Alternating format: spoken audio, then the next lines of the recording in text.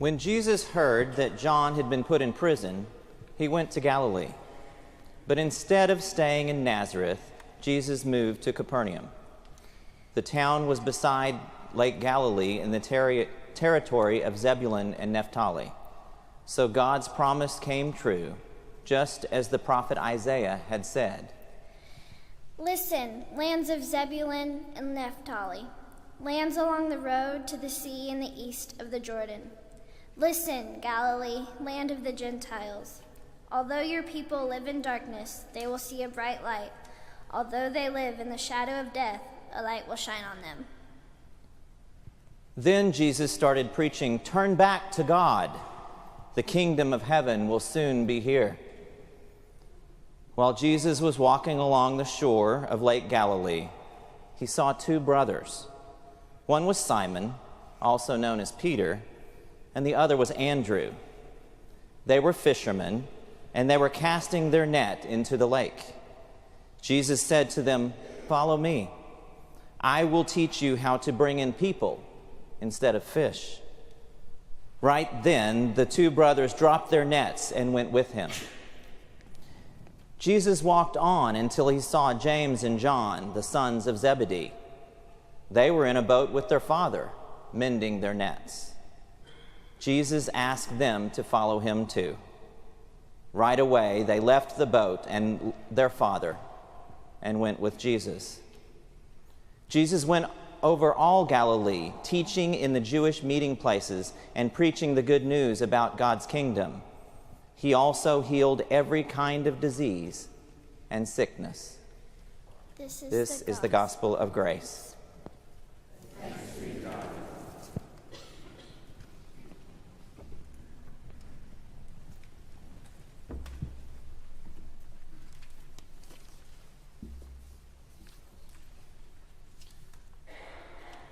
The first time it happened, I didn't think much about it. The second time seemed a little strange, but when it happened for a third time, I knew it was no coincidence. During my jogs through Trinity Park and on the trail behind our house, people kept running into me. Now, I don't mean I was coming across people that I know. I mean that people were physically walking into me or wandering into my path. It was last July, and I'd heard of Pokemon Go, but I had no idea how it was played or that it was responsible for the strange accidents on the trail. Our son Zane, who was home from college for the summer, showed me on his phone that Pokemon creatures, or whatever they're called, are located all around town, and you're supposed to track them down and capture them. Once I knew what was going on, I could recognize these small groups of kids and adults wandering around parks and sidewalks, staring at their phone screens without looking at where they were going. I watched them trip over things and fall. I watched them run into things, including me. Today, less than a year later, while the game is still popular with some, the craze has mostly passed. I suspect that Pokemon Go will eventually fade into distant memory, along with most other once popular games. Even though I grew up in the video game age, they never really interested me that much. My cousin Rex, well, he always had the latest and greatest. When he pulled out his square green electronic football game, you know, the one with 3 rows of blinking, dashing lights, I would say, why don't we just go outside and throw around a real football? The games I remember liking the most required little more than some friends and a willingness to play. Tag, Simon Says, Keep Away, Red Rover, Follow the Leader. The rules for Follow the Leader are amazingly simple. You follow where the leader goes and do what she does. If the leader hops on her left foot, then you hop on your left foot. If the leader puts his left thumb in his right ear while bending over at the waist, looking up at the sky, skipping backwards up a hill, singing happy birthday, sticking out his tongue, and slapping himself on the bottom with his right hand, then you put your left thumb in your right ear while bending over at the waist, looking at the sky, skipping backward up a hill, singing happy birthday, sticking out your tongue, and slapping yourself on your bottom with your right hand. Pretty simple, except when it's not. We can get caught concentrating on the actions so much that we fail to follow the leader and we get left behind. Or maybe we get knocked out of the game because we skip the actions in order to keep up with the leader. Well, today, Jesus called 4 fishermen to follow him. Their jobs wouldn't be to just go where he went, but also to do what he did and to keep up. Jesus still calls us to follow him today. We are to go where he goes and do what he did and to keep up. Today's passage starts with a crisis. You see, John has been arrested. We don't really get any details or circumstances, just that when Jesus finds out that John's been arrested, he heads to the coast to stay for a while. This also gives the gospel writer the opportunity to say how this move fulfills prophecy. But more importantly, it reminded them of their own history, of when those exiled by the Assyrians were in great darkness, but found light in freedom. And it reminded them how that Jesus was going to be that great light for all living in darkness thereafter. He came across Simon and Andrew first. They were busy doing what they knew and what they needed to do in order to support themselves. They fished. They had their nets and they were putting them to good use. But Jesus had other ideas. He invited them to follow me. Now, their response was far from surprising to our ears. After all, we know Simon as Saint Peter, the rock of the church, the father of the Christian church, the apostle of the apostles, the first pope, or any number of other descriptions that we care to think of. But that's not who he was then. He was Simon, a guy who fished for a living. His net was his livelihood, but he just tossed it aside to follow Jesus. That fishing net, his safety net, provided for everything he knew and loved. Immediately, they left their nets and followed Jesus. What are our safety nets? Job, self-image, financial investments, comfortable lifestyle, friends that look and act and think like we do? What are our church's safety nets? A rigid adherence to tradition or worship style, buildings, the church as an institution rather than a movement. Immediately, they left their nets and followed Jesus.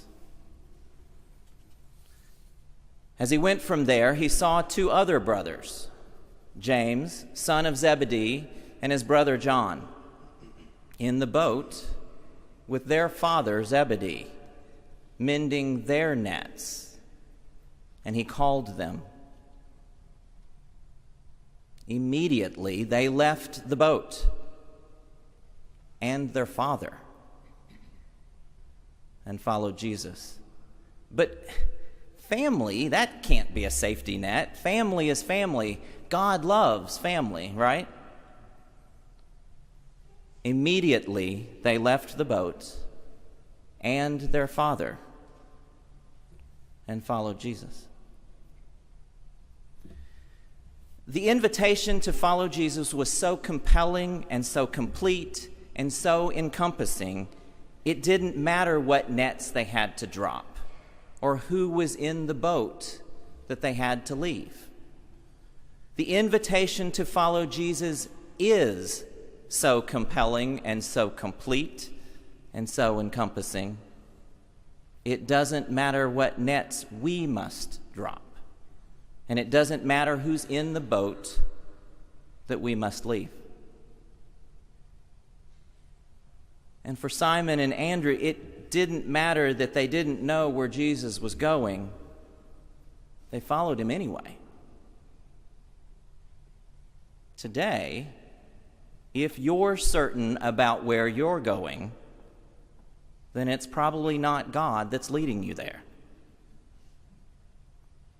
That's right. If you know where you're going, then it's not God that's leading you there. Please don't tell the strategic planners or visioning experts. But God leads from the front rather than giving us the map in advance. We follow in faith. So what is faith anyway? Faith is the belief in something that can't be proven. As Paul put it in Hebrews, faith is the assurance of things hoped for, the conviction of things not seen.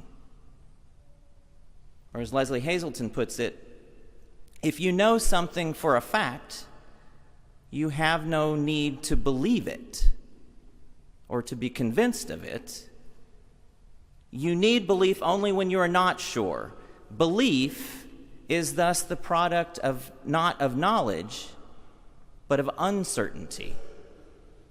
It contains within it the possibility of disbelief. Sometimes we think the opposite of faith is disbelief, but the opposite of faith is certainty or certitude. If I am certain that when I throw a ball up, it will come down, I don't need to believe it. I don't need faith in gravity. It's just a fact. So ironically, true faith is much closer to doubt than it is to certainty. In another bit of irony, we in the church have attempted to demonize doubt. We have attacked it as an enemy rather than embracing it as necessary for faith. If we continue to do that, we will continue to marginalize ourselves in this postmodern and post-Christian society. Down in Fellowship Hall several months ago, we had sociologist and religious researcher Diana Butler Bass here at Broadway. We listened to her tell us that people today are abandoning in droves their identity of being religious, but yet they still claim to have faith and to be spiritual without being religious. If we want to have any chance of being relevant or heard in this new society, we need to embrace the mystery and the experience and the doubt. We need to follow the Spirit wherever she may lead. Jesus said to them, "Follow me." We interpret this call as an invitation. But if we're honest, it sounds more like a command. Follow me. In fact, he could have made it simply as a declarative statement. You will follow me. That's because our choice is not whether we're going to follow, but how well and how closely we're going to follow. But we are going to follow. You see, God is leading all of history from the front, pulling us along. Sometimes we follow closely, lovingly, obediently, and sometimes we are dragged kicking and screaming. The overall direction of history is forward. It's progressing forward. Sometimes we talk about the arc of history. Well, it's an arc rather than a straight line because God has pulled and continues to pull us along, even though we are pulling in other directions. God pulls us to move forward, opening the gospel to new people in Judea, Samaria, and the uttermost parts of the earth.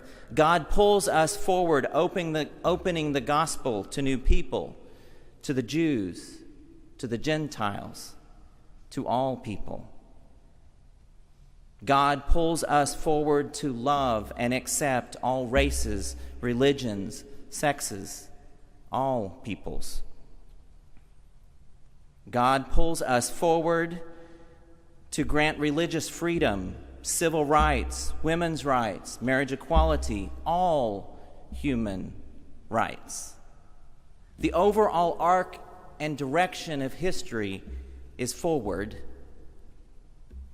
because that's the direction that God is pulling us. Now, this is not to say that there aren't periods when progress reverts, reactionary times when we go backward.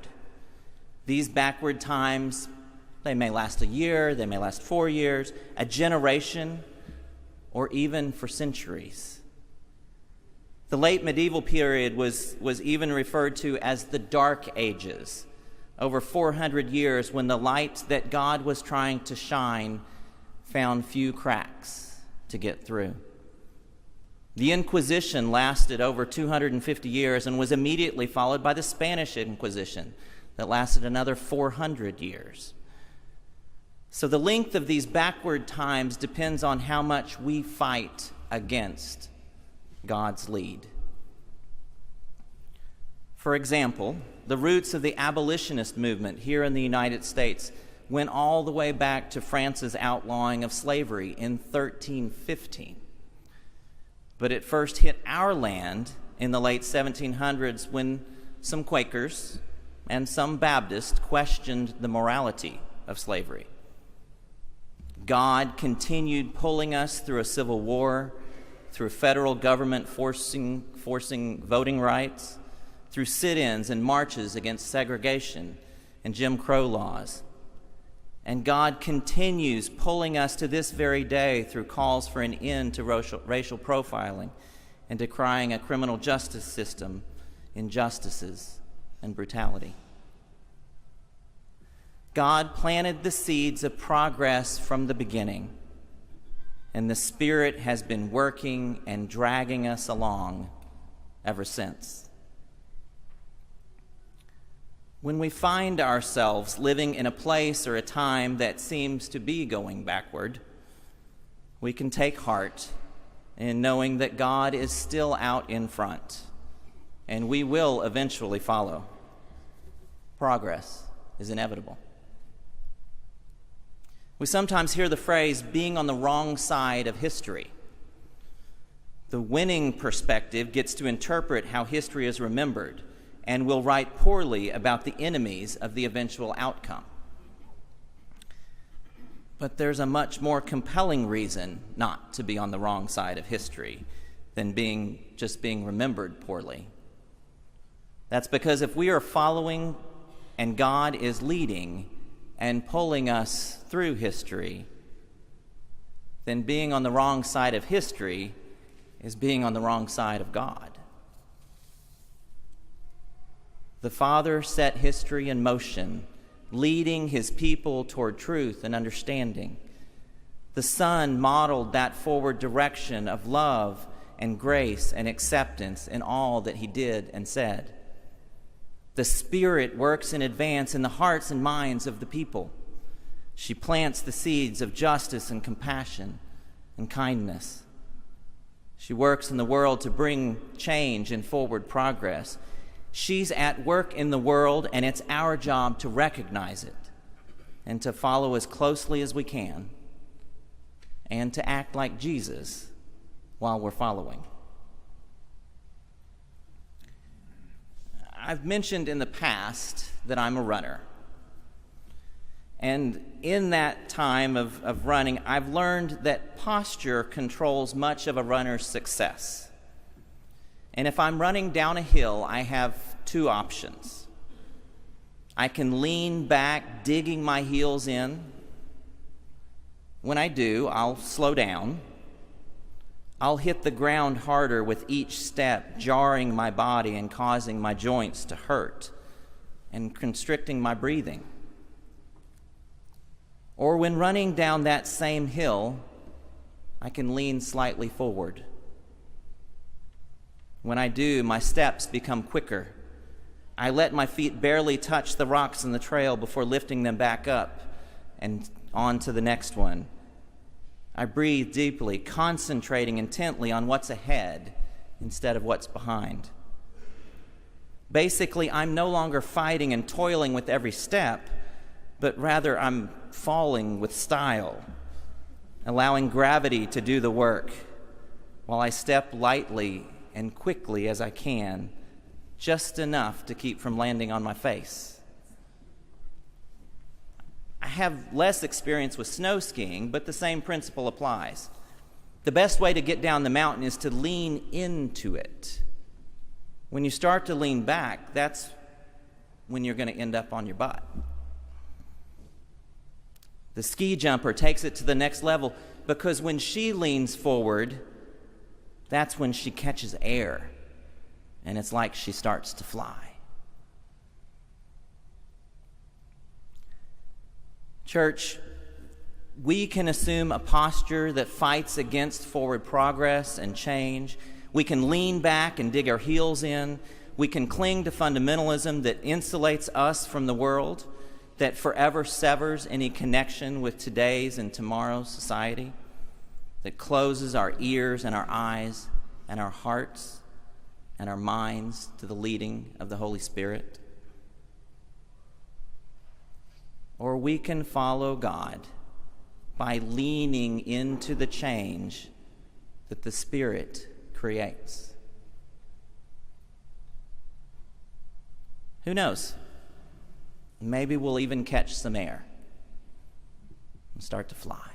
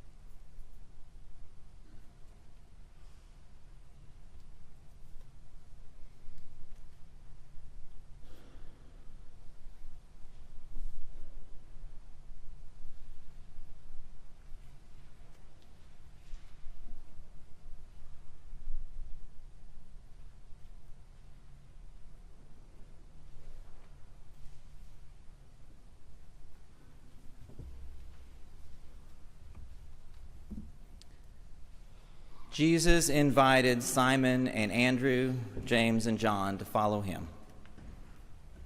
Jesus invites us to follow him. He has led in action and in direction. The Spirit continues to lead in action and direction. We can follow joyfully, we can follow reluctantly, or we can dig our heels in, refusing to move. No matter our decision, God is leading and inviting us to follow. How closely we follow is up to us. If you'd like to make Broadway your church home for this part of your journey, I'll be at the front to welcome you.